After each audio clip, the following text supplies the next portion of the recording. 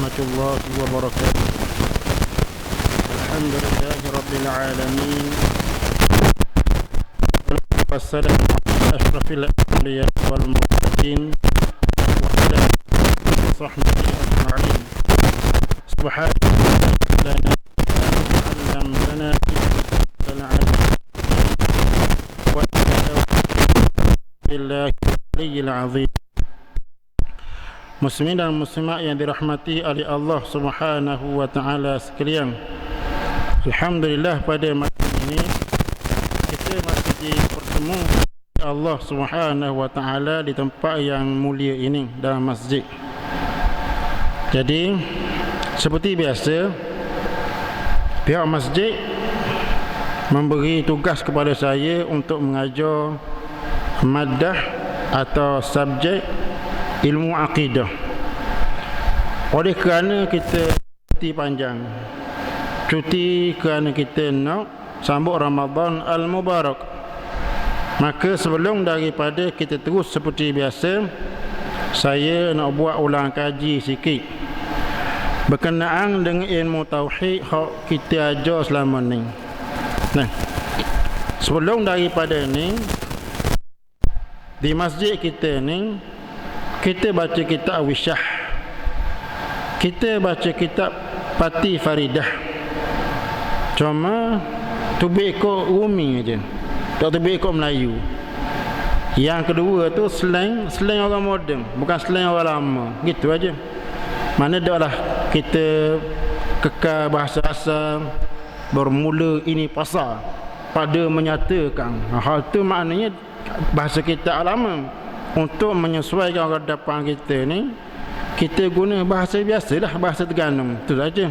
Nah, kadang-kadang orang tanya juga, berapa dah ngajar kitab? Kau ngajar perempuan itu kitab lah tu, nak kata apa lagi? Nah, kita ambil hak asal tu lah. Cumanya letak dalam bentuk ada point dan ada power. Gitulah ceritanya. Baik. Untuk ulang kaji bersama ilmu akidah yang kita belajar selama ni, maka saya nak ambil daripada awal lagi. Mudah-mudahan ianya menjadi suatu ulang kaji yang bermakna untuk diri saya dan juga kepada tuan-tuan dan puan-puan sekalian, insya-Allah. Ilmu akidah dari segi nama dia, ada beberapa nama. Nah, ada orang sebut ilmu akidah, ada orang sebut ilmu tauhid, ada orang sebut ilmu al-kalam, ada orang sebut ilmu usuluddin, dan ada orang sebut ilmu al-fiqhu al-akbar, dan ada lagi nama-nama yang lain. Jadi nama dia banyak. Orang sebut ilmu akidah. Akidah maknanya tipu mati, tak selucuk. Sebab dalam ilmu akidah ni, kepercayaan kita mesti tahap yakin, bukannya zon. Yakin itu tak gerak dah. Beza dengan fiqh. Fiqh yakin pun boleh, zon yang kuat pun boleh. Dan zon yang kuat juga boleh, pakai agak-agak boleh dah. Tapi dalam ilmu akidah mesti kemah-keming, tak gerak. Allah tu ada, bulatnya begitu. Kalau ada kedok 90% percaya ada, 10% tu macam geragu je, maka akidah orang tu tidak sah, jadi rosak. Oleh kerana melihat kepada dalam bab ilmu akidah ni, percaya tu mesti siapa tak yakin. Yakin berarti sipu mati, tak telucuk. Contoh yang mudah untuk kita semua sekarang ni, tuan-tuan dan puan-puan semua yakin, memang yakin, saya hak duduk cakap ni laki, dah ragu sikit abuk, dengan janggutnya, dengan misal, dengan suara, dengan matanya, memang laki, maka dah ragu sikit abuk. Itu yang meyakin. Kalau orang ragu saya ni lelaki, silap siapa? Silap saya ke silap dia? Menotok dia lah tu. Itu maksud yakin tu, maknanya nak berubah tu. Orang kata aku rasa ustaz tu macam mak lembut aku. Kita rasa kita terima. Kita tolak hidup. Sebab apa? Sebab terbukti bahawa dia tu laki. Maka tengok dari sudut itu, setiap ilmu tauhid ini mesti diyakini pengetahuan kita siapa mati tak mudah orang nak ogah, maka orang panggil ilmu akidah. Mana ilmu tu siapa mati. Orang yang panggil ilmu akidah, ilmu yang kita bincang juga orang panggil ilmu tauhid. Tauhid maknanya ialah mengesakan. Sebab ilmu yang kita pelajari ini, fokus utama dia ialah tidak ada Tuhan melainkan Allah. Penekanan dia kepada Allah itu esa. Tak dua, tak tiga, macam orang musyrikin. Tengok dari sudut itu, maka orang sebut dia ilmu tauhid. Baik. Orang yang sebut ilmu yang kita bicara ini dengan ilmu usuluddin. Kerana tanpa akidah, amalan seorang itu ditolak oleh Allah Subhanahu wa taala. Orang kafir, dia buat baik macam mana pun, dihantar bantuan kemanusiaan kepada orang yang berhajat dan seumpamanya, pada hari akhirat kelak jadi kosong. Di dalam Al-Quranul Karim, Allah Subhanahu wa taala sebut orang kafir ni di hari kiamat kelak, a'maluhum kasarabin. Amalan mereka bagaikan fata morgana, macam ke tengah hari atas jalan raya panas terik itu nampak macam gaib, jadi kosong. Sebab apa kosong? Sedangkan dia buat baik dengan maksud bahawa dia bantu orang susah dan seumpamanya, contoh. Kenapa jadi kosong? Sebab tanpa akidah, tanpa ada keimanan, orang tu ditolak oleh Allah Subhanahu wa taala. Dia kata usuk tapak. Bila dia tapak, barulah kita boleh bina benda-benda yang lain, kan? Cuma kena ambil ingatan, tidak bermakna bahawa amalan baik yang orang kafir buat, bantuan yang dia beri dan seumpama itu, bila dia kosong di hari akhirat kelak, tidak bermakna dia kosong di atas muka bumi. Tak. Ini dibahas oleh alim ulama. Adakah orang kafir ni buat baik dapat anugerah? Jawapannya ialah ulama kita pegang guru kepada guru kita, Syekh Anwar Al-Kashmiri. Berpendapat dia, bagi dia pendapat yang muktamad, orang kafir yang dah beriman itu, kalau dia buat baik, diberi balasan oleh Allah Subhanahu wa taala di atas muka bumi. Akhirat jadi kosong. Itu akhirat tu kosong dah. Hatta muka bumi ada balasan ke tak? Jawapannya dapat yang muktamad, ada balasan untuk dia orang. Nak kata pahala kan jadi pelik bunyi mana Allah balas baik ke dia sebelum dia tu berpindah ke alam yang kekal abadi. Baik. Ilmu usuluddin kan ditapak. Tanpa ada akidah, amalan tidak sah. Syarat semua ibadah misi Islam, semua sekali, semayang, puasa, zakat, haji, dalam ibadah. Baik.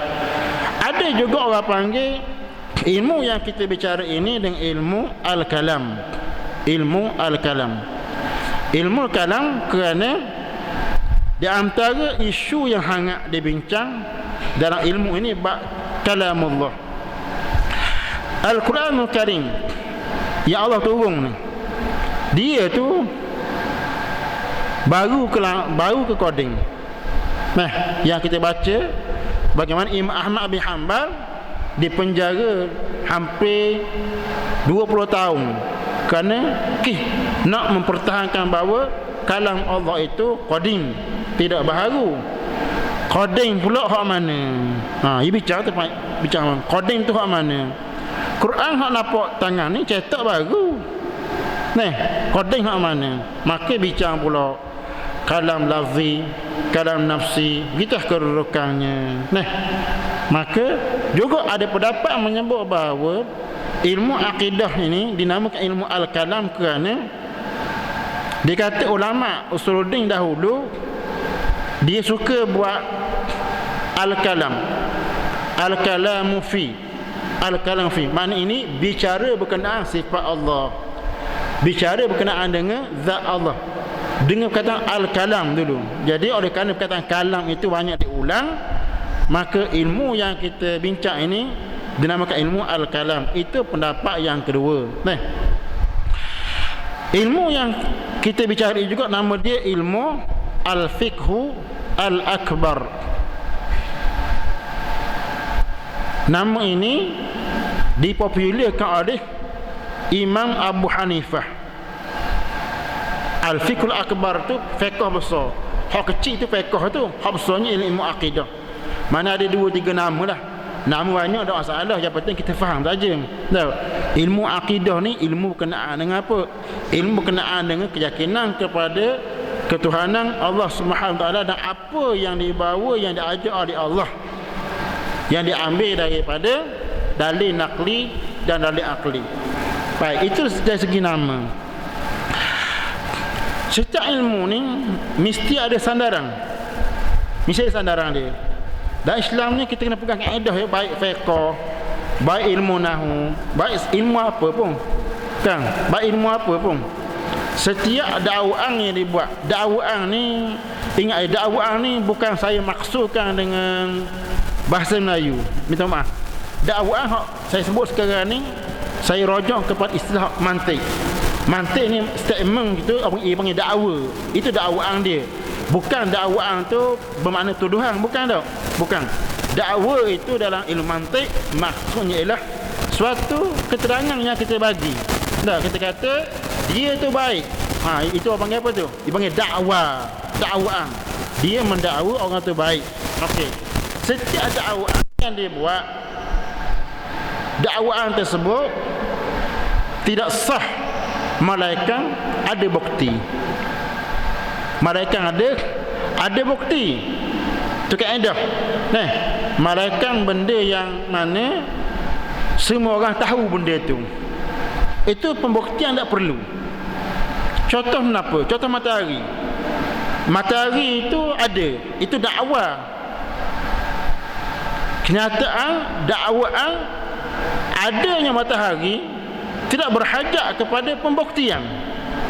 Sebab benda tu orang tahu belaka dah. Benda yang orang tahu belaka dah, kita cuba untuk membuktikan benda tu, maka benda sia-sia. Benda sia-sia. Nah, kita cakap dengan isteri kita, saya suami awak tak? Lah, saya ada ke tak? Mister ni kejut. Apa pula gitu? Kita kata kalau awak kata saya ni ada, sila buktikan saya ni ada. Jenuh lagu tu nya. Jadi dakwa tu benda yang semua orang dapat faham dah tu, pembuktian tak perlu. Tak perlu. Tapi benda yang bukan semua orang tahu benda itu, maka pembuktian mesti diperlukan. Itu kaedah. Nah, perlu tak kita membuktikan wujudnya Masjid Uniza ni bagi ahli jemaah Uniza? Tak perlu dah. Memang ada dah. Baik. Tapi kalau benda tu payah orang nak tahu, maka mesti dibuktikan. Bila kita kata adanya Rasulullah, adanya Rasul bagi Allah Subhanahu Wa Taala, adanya malaikat, adanya Allah Subhanahu Wa Taala, itu dakwaan. Bukan semua orang tahu. Bila kita buat satu kenyataan, maka mesti kita susuli dengan bukti. Dengan bukti. Bukti pula ada dua. Bukti palsu dan bukti yang benar. Bukti yang palsu kita kena tolak. Bukti yang benar maka kita kena ambil. Bukti yang benar ni timbul soalan baru. Macam mana kita nak tahu bukti itu benar ke tak? Gitu aja dah. Jadi pembuktian ini akan diurus oleh alim ulama. Kita orang biasa gini ni makanan siap dah lah reburinya. Nah, kerah kita kopling, lembek kita kopling, gitu aja kita. Tapi untuk membuktikan benda tu, itu kerja tuan-tuan alim. Sebab itu dalam Islam kita ni, contoh alim ini dia kena serius untuk mengemukakan bukti. Sebab itu dalam Islam kita dipanggil ijtihad.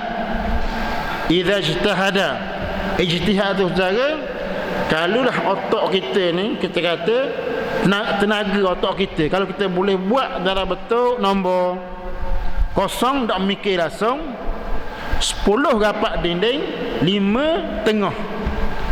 Orang yang nak membuktikan suatu dakwaan dalam agama, dia orang yang alim, wajib berijtihad untuk dia. Kalau dia mampu, ijtihad tu maksudnya lah, kalau kekuatan otak dia 10, maka 10 dia kena memikir rapat dinding, buat kajian demi kajian. Itu sifat orang alim. Bila saja gitu, walaupun apa itu menang, tapi otak dia tu mesti ketang gonggang. Maka sifat orang alim tu dia kena serius dalam mengemukakan bukti yang berkaitan dengan agama Allah Subhanahu wa ta'ala.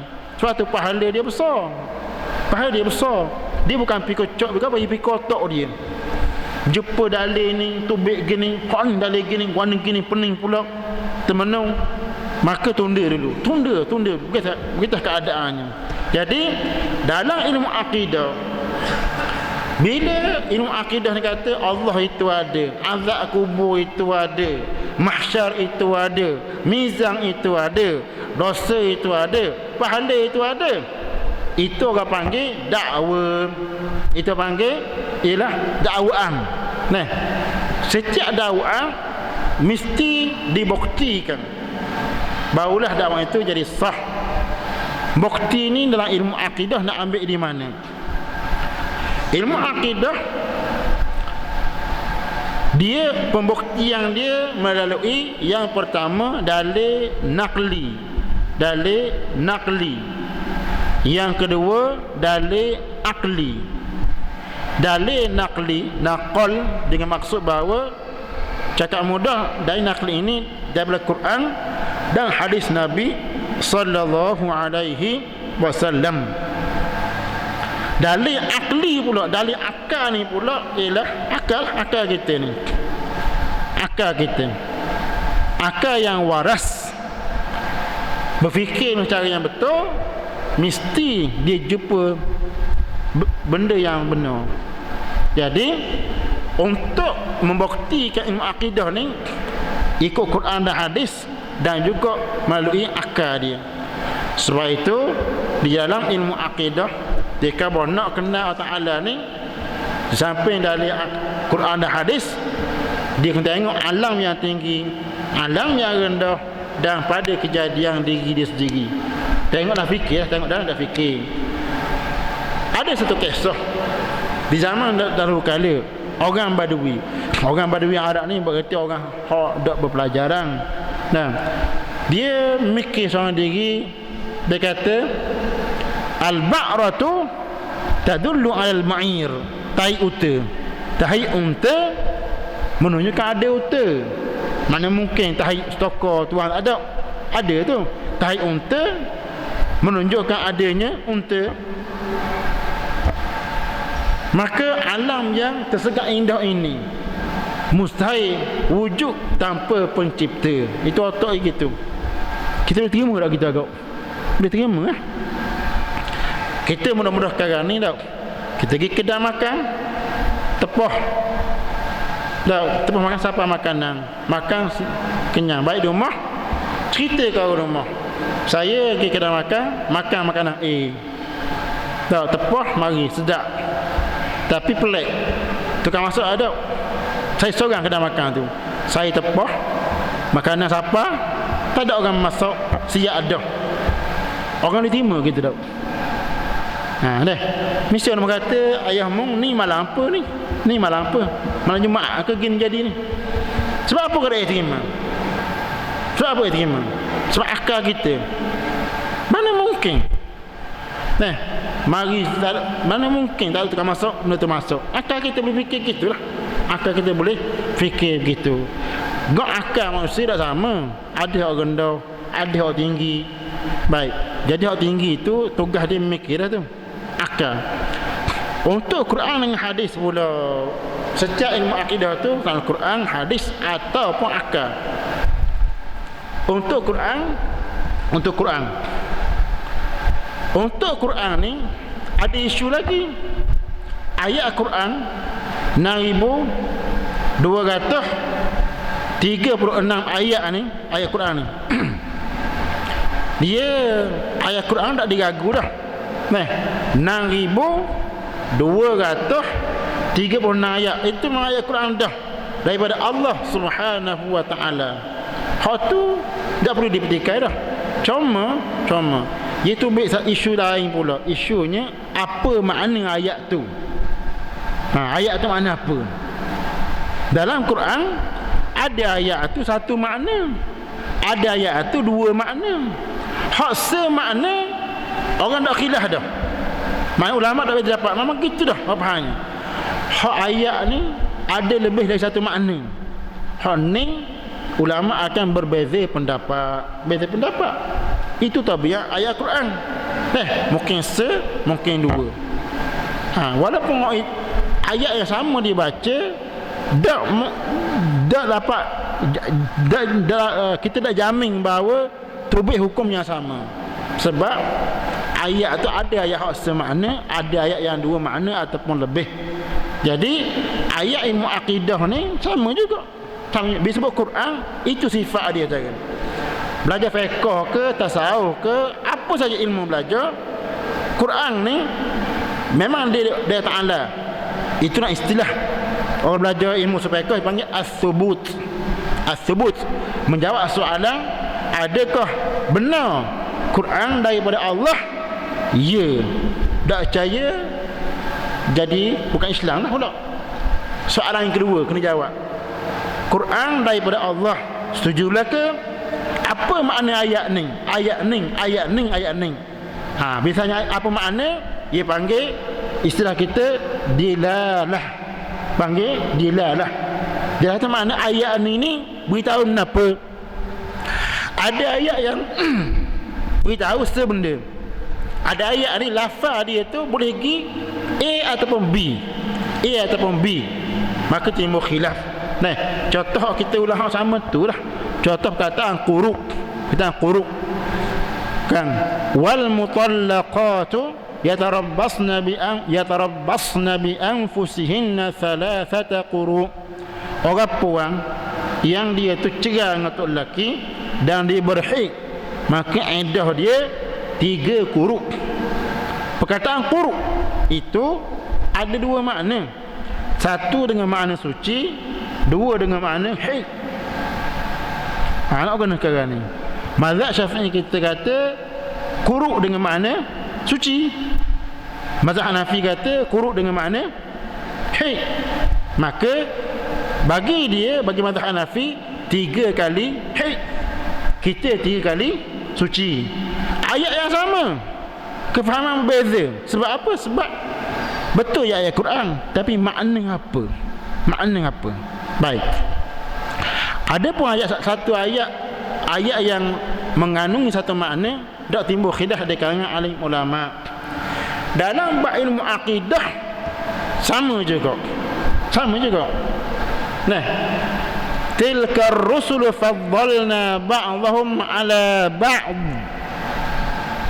Itu dia rasul-rasul yang kami lebihkan satu dengan yang lain. Rasulullah dan Nabi Musa, Nabi Adam dan seumpamanya. Itu selesai.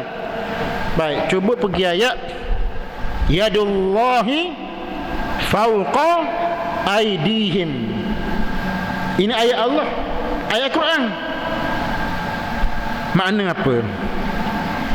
Yadullahi fawqa aydihim. Terima suti-suti. Yadu, tangan. Allah lah. Fawqa, di atas. Aydihim, di atas tangan mereka.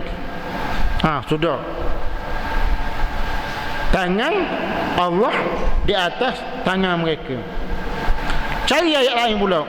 jumpa ayat pula, laisa kamitslihi syai'un, tidak ada sesuatu pun yang sama dengan Allah. Catung dua ayat, nak kata kan ayat hak tadi tangan Allah di atas tangan mereka sesat. Ayat ni Allah tak sama dengan makhluk. Nak terjemah guana kan ni, nak tafsir guana. Maka ayat begini ni orang panggil ayat mutasyabihat. Ayat mutasyabihat, ayat yang pada zahirnya,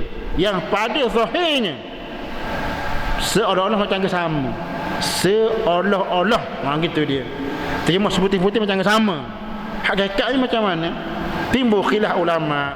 Ni dalam akidah juga. Nah, jadi nak kata kuan ayat tadi tu. Jadi timbullah beberapa pendapat. Pendapat yang pertama kata ilmu akidah ni sumber dia Quran hadis. Walaupun sumber yang sama, tapi dalam menghuraikan makna tu timbul khilaf di kalangan alim ulama. Maka contoh satu kita ambil tadi dah, tangan Allah di atas tangan-tangan mereka. Maka gabung dengan ayat Allah dah sama makhluk, timbul persoalan tangan Allah tu nak tafsir ke mana. Pendapat yang pertama sebut tangan Allah tangan yang layak baginya. Tuh, tangan yang layak baginya. Guana tak tahu. Sama makhluk tak sama. Tak sama dengan makhluk. Tak sama guana, tak tahu. Tu seberapa.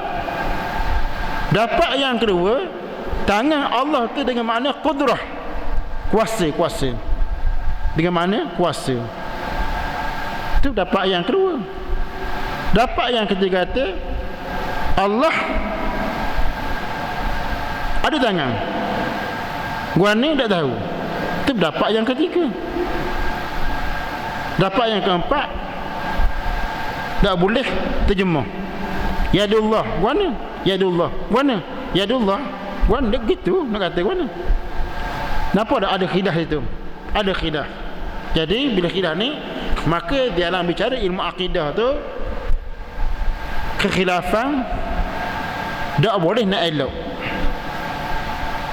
Sebab tu tuan-tuan dan puan-puan semua yang minat tengok FB tu, Facebook tu, baca Quran ni tafsir gini, tafsir gua ni kan akidah, betul akidah. Tapi berapa tepat tu timbul khilaf di kalangan alim ulama. Jadi kita sebagai orang awam ni, nasihat saya, kita dah masuk kumpulan sorok lah. Orang beza dapat kita baca sudah senyap lah tu, jangan turun tambah pula. Jangan lawang lagi. Cokeng tangan, tunjuk nombor. Tu dah bagus belaka tu, kita orang awam senyap sudah lah. Senyap sudah. Serah waktu. Ya pastinya Allah Ta'ala tak sama makhluk. Di dalam kita pengajaran yang kita buat ini, kita khabar tu terang lah. Kita hanya khabar khilaf. Gitu. Lepas tu khabar yang kedua, jangan balah. Nak balah juga, dia balah. Tak masalah nak balah. Kena khabarnya, kita khabar mazhab aja. Gini. Saya tak setuju. Saya nak mazhab pertama. Ambil. Lepas tu nak apa lagi? Tak setuju juga. Ambil tak salah. Lepas tu nak apa? Jadi dalam ilmu akidah, khilaf ni dah nak elok saja. Ilmu ni ada khilaf dalam forum. Jadi itu hadir dalam kita mengajar akidah sini ni, kita benar khilaf ni saja. Lepas tu kita berhenti situ. Nak berkelahi, nak bergeliat otak ketika tu, itu bukan kerja kita lah. Dah bukan kerja kita. Baik. Dalil ilmu akidah dah Quran, hadis dan juga akal. Quran selesai dah. Quran daripada Allah. Makna apa tu? Situ ada juga hadis ni pula nak kata ke mana. Ni timbul isu pula hadis ni. Hadis tak sama Quran. Quran semua mutawatir ke? Hadis ada yang mutawatir, ada yang ahad. Mutawatir ni maknanya benda tu memang ada yang tolak. Macam mutawatir macam ni, Masjid Uniza ni ada mutawatir ni. Bukan seorang tahu, ramai tahu. Nah, benda yang dak ramai tahu ni panggil ahad. Ahad, dak ramai tahu. Jadi hadis yang ahad ini banyak darjat dia pula. Ada yang sahih, ada yang hasan, ada yang dhaif, ada yang dhaif sangat. Kita orang awam memang dah nak pergi dalam bab tu. Nah, lagi bab tu. Jadi kita pun jadi pening juga. Tahu. Orang ni mari kata dak, hadis tu hadis lemah. Kita pun wairi dah lemah. Kenapa dah tahu lemah? Dah, jadi kita ni maknanya dah jadi ahli kumpulan sorok gitu aja. Kalau tak tahu benda tu pun dah ejak akidah. Sebab benda tu bukan hak kita dah, bukan bidang kita. Bukan bidang kita. Itu nasihat supaya jangan habis masa dengan benda yang tak tambah iman kita. Dan kita bukan ahli bidang itu. Nah, harus nak pesan kita, takut kita ni habis masa gitu aja. Sampai ke merah mata ke diri, nak bincang itu padahal kita ni bukan ahli dalam bab itu. Baik. Jadi dalam bab hadis ni lagi rumit. Hadis sahih, hal ni kata sahih, hal ni kata dak dan seumpamanya. Contoh yang mudah untuk kita semua dah. Tiba-tiba bulan Ramadan, mungkin tuan-tuan dan puan-puan semua dengar satu isu. Isunya, boleh ke tidak kita sebut Ramadan? Boleh tak? Ke mesti kita sebut Syahrul Ramadan? Memang kita orang Melayu je dah tahu kenapa kata tak ni nak khabar ni. Nak khabar, nak balah biasa sampai situ. Khabar tak tahu tu senyap, kita senyap, jangan balah. Jangan masuk pulang suara tu. Dalam Quran sebut apa? Syahrul Ramadhan. Syahrul Ramadhan. Bulan Ramadan. Tidak sebut Ramadan. Nah, dia timbul dibahas isu pula. Boleh ke tidak sebut Ramadan saja? Dia sebut syahrul, syahrul mana bulan. Timbul pendapat kata tak boleh kita sebut Ramadan saja. Tak boleh. Mesti sebut syahrul Ramadhan, bulan Ramadan. Mereka kita dengar kita Ramadan lah Ramadan. Apa itu? Orang yang kata dah sebut Ramadan saja kerana terdapat satu hadis Nabi sallallahu alaihi wasallam yang sebut bahawa Ramadan itu nama bagi Allah. Ramadan tu. Kalau kita kata tiba Ramadan, macam Allah tu mari. Padahalnya kita nak khabar datang bulan Ramadan. Maka sebut Syahrul Ramadan. Dibuat kajian, didapati bahawa orang yang sebut Ramadan itu ialah nama Allah Ta'ala. Hadis yang dia buat hujah itu tidak boleh dijadikan hujah. Begitu dia. Dia timbul khilaf juga, timbul khilaf juga. Tak liku-liku dia, tuan-tuan dan puan-puan semua. Sebab tu saya nasihat tuan-tuan dan puan-puan yang bukan ahli, bila benda tu di luar pengetahuan kita, jangan kita tebang benda tu. Nak tebang juga, sila belajar secara formal. Kalau bukan ahli, kita dah masuk main begitu, kita dah ke mana? Iman kita dah tambah, sakit hati kita boleh, masa kita abai. Nak ke gitu? Bukan semua tulisan ni kita kena baca. Baca apa yang paling utama untuk diri masing-masing. Tetapi bagi alim ulama, mesti otak dia kena halus. Otak kena halus. Kan kita dalam dunia pendidikan, kan dalam pengajian, ilmu yang kita ada ni mesti macam huruf T. Huruf T. T itu dengan maksud bahawa ada ilmu yang mendata. Kemudian ada tiang ialah tujahan dia. Itu kepakaran dia. Sebenda tu mesti dalam. Hak T itu hak umum. Anak-anak kita yang kita nak jadi doktor, nak jadi IR, AR, CR, kau anda lah tu. Sebelum dia belajar tu kena beri yang mendata. Dengan maksud fardu ain kena lepas tu. Pandai ngaji, pandai baca Quran, pandai tu, pandai ni. Sesat dah. Ilmu fardu ain dan ilmu kemasyarakatan yang dia ada, kita pun jurus dia kepada satu benda. Jadi mendata tinggi lagi, dia pun mendalam satu benda. Baru dah ada makna. Ilmu kita nak biar dalam ke bawah. Padahalnya kita tidak ada ahli bidang itu, maka akan jadi sia-sia saja. Sia-sia, tak bertambah. Sebab sekarang ni maklumat di hujung jari. Hujung jari lah ke maklumat baik jari, jahat pun jari lah ke kita ni. Tak, jadi nasihat kita jangan libat diri benda yang kita bukan ahli. Kalau nak baca yang menyentuh kehidupan kita yang dekat ni. Nak khusyuk semayang guana, nak baik dengan jiran ni guana. Gitu tu memang kita kena. Ada pun nak fikir kekhilapan gitu, kita bukan ahli, jawapannya rugi masa lah. Rugi masa. Baik. Jadi dari ilmu akidah itu Quran, hadis dan juga akal. Asal.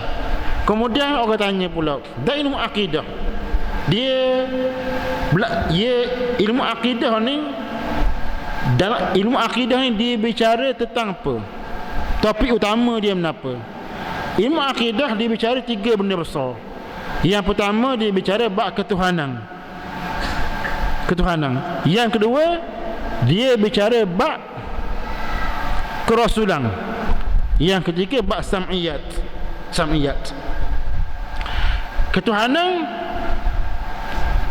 berkaitan dengan Allah Subhanahu wa taala. Untuk Allah Taala ni ada 3 benda yang kita ambil ingatan. Satu, Allah tak sama dengan makhluk. Satu memang kata kunci tu. Yang kedua, segala sifat kurang memang tak ada bagi Allah Taala. Tak ada sama sekali. Hak kurang. Yang ketiga, segala sifat kesempurnaan yang layak bagi Allah, milik bagi Allah. Itu 3 kata kunci. Yang pertama, Allah tak sama dengan makhluk. Tak sama makhluk. Tak sama dari segi nama boleh, hakikat jangan sama. Allah Maha mengetahui. Maha tahu. Tak. Tahu Allah Taala tak sama kita. Sama dari segi nama tak apa, hakikat tu jangan sama. Satu ayat kursi yang kita baca apa? La ta'khudhuhu sinatun wala naumun. Allah tidak terkena dihinggap oleh perasaan tidur dan mengantuk. Hak baca lama tu kita ikrar kita tu tak sama dengan makhluk, tak sama makhluk, itu maksud dia. Yang kedua, segala sifat yang kurang itu memang tak ada sama sekali bagi Allah Subhanahu wa taala. Itu dalam Quran tu sebut berkenaan dengan sifat orang Yahudi yang kata Taala tu macam makhluk tu, Allah marah tu. Kan? Allah tu terkedekut. Itu Yahudi. Allah marah sebab itu kata kunci tak kena tu. Yang ketiga, kata kunci bab Taala ni ialah segala sifat kesempurnaan yang layak baginya, milik Allah. Apa maksud segala sifat kesempurnaan yang layak baginya? Perkataan yang layak baginya ni maksudnya begini, ada benda tu bagi manusia sempurna, bagi Allah tidak. Benda tu mustahil bagi Allah. Contoh orang yang tidak ada isteri, bukan isteri mati kan, tidak menikah, pada pandangan masyarakat dia sempurna ke ada sikit kurang? Maknanya manusia sempurna tu ada isteri. Tapi bagi Allah Ta'ala nak kata ke mana? Berarti dalam masalah beristeri, bagi kita sempurna, bagi Allah tidak. Lepas tu dalam tauhid kena kacik kata tu, segala sifat yang sempurna yang layak baginya, bukan kita, yang layak baginya. Macam Nabi sallallahu alaihi wasallam, Nabi kita al-ummi, dak reti baca, dak reti nulis. Menurut pendapat yang muktamad. Ya ada khilaf tu, ada khilaf. Ada khilaf. Adakah Nabi kita ni dia boleh baca boleh nulis? Menurut khilaf. Yang muktamad Nabi kita la yaqra wa la yaktub. Baca tak boleh, nulis tak boleh. Itu yang muktamad lah. Dapat segelintir kata Nabi kita ni akhir hayat dia boleh nulis, boleh baca. Tuan-tuan dan puan-puan sekalian, nak tengok isu ni, sila rajak kitab Ulumul Quran. Tengok kitab Al-Burhan oleh Az-Zarkashi. Tengok kitab Manahil Al-Irfan oleh Az-Zurqani. Tengok dia Al-Itqan oleh Imam As-Suyuti. Tengoklah tu bagi orang yang belajar bidang tu kena tengok, jangan lak itu kena tengok. Takut tu bila khabar Nabi kata baca, Nabi kata nulis, kita faham lalu. Bapak kapir mana tulis gitu, jenuh kita. Dah jadi orang tak khasut bidang tu betul-betul kena pergi sampai kena cari asas. Sebab apa? Apa asasnya orang kata Nabi ni kata baca, kata nulis? Ada hujah dia. Tapi antara dua pendapat tu yang muktamad Nabi kita dak kata baca, dak kata nulis. Kan mamak tu biar bezir sikit. Baik. Berbalik kepada orang tadi, Allah Taala tiga kata kunci. Segala sifat yang kurang mustahil bagi Allah. Segala sifat kesempurnaan yang layak baginya mesti ada pada Ta'ala. Yang ketiga, tak sama makhluk. Sini timbul satu isu lain pula. Isunya disebut segala sifat kesempurnaan itu yang layak bagi Ta'ala itu, segala sifat kesempurnaan yang layak bagi Ta'ala baginya itu pasti ada pada zatnya. Timbul soalan lain, perkataan segala tu kan banyak. Dan yang kita baca sifat 20 tu apa 20 je? Ya. Musing kat tu pula. 20 tu siapa kata 20? Siapa kata 20? Tidak dalam kitab disebut minha 20 sifatan. Di antara sifat yang sempurna bagi Allah itu, di antaranya 20 sifat. Bukan segala-galanya, di antaranya. Kita asal sebut gitu dah. Yang tukar pula. Nah, bagi orang yang boleh berkitab, pergi wajak dalam Ad-Dusuqi. Tengok molek situ dia kata apa? Di antaranya sifat 20. Di antara aja tu. Dan apa yang 20 tu? Sebab itu dia anggap sebagai kuci lah, macam ibu lah, macam ibu. Macam ibu sigat, nampak kecil dan bacot jadi panjang. Itu lah ceritanya. Tu biar pula isu. Dah sifat 20 ni zaman Nabi belajar gitu juga. Kena orang ni orang nak cakap ni. Sahabat belajar tau. Kaunuhu qadiran. Dah. Ta'alluq ni Nabi sebut ke tak? Bila siapa tubik keluar ucapan ni, nasihat saya bagi orang awam, senyap. Dah selayang. Dah senyap. Kita takut bengong ni. Dah reti. Kita jangan pergi apa, sebab itu bukan bilang kita dah tu. Ada lainnya tu. Jawapannya gini lah cerita dia. Ada orang setuju belajar sifat 20. Ada orang tak setuju belajar sifat 20. Gitu cerita dia. Dah hak tak setuju tu alasan apa? Hak setuju alasan apa? Hak tak setuju alasan dia ialah kerana sifat 20 ni ulama kemudian buat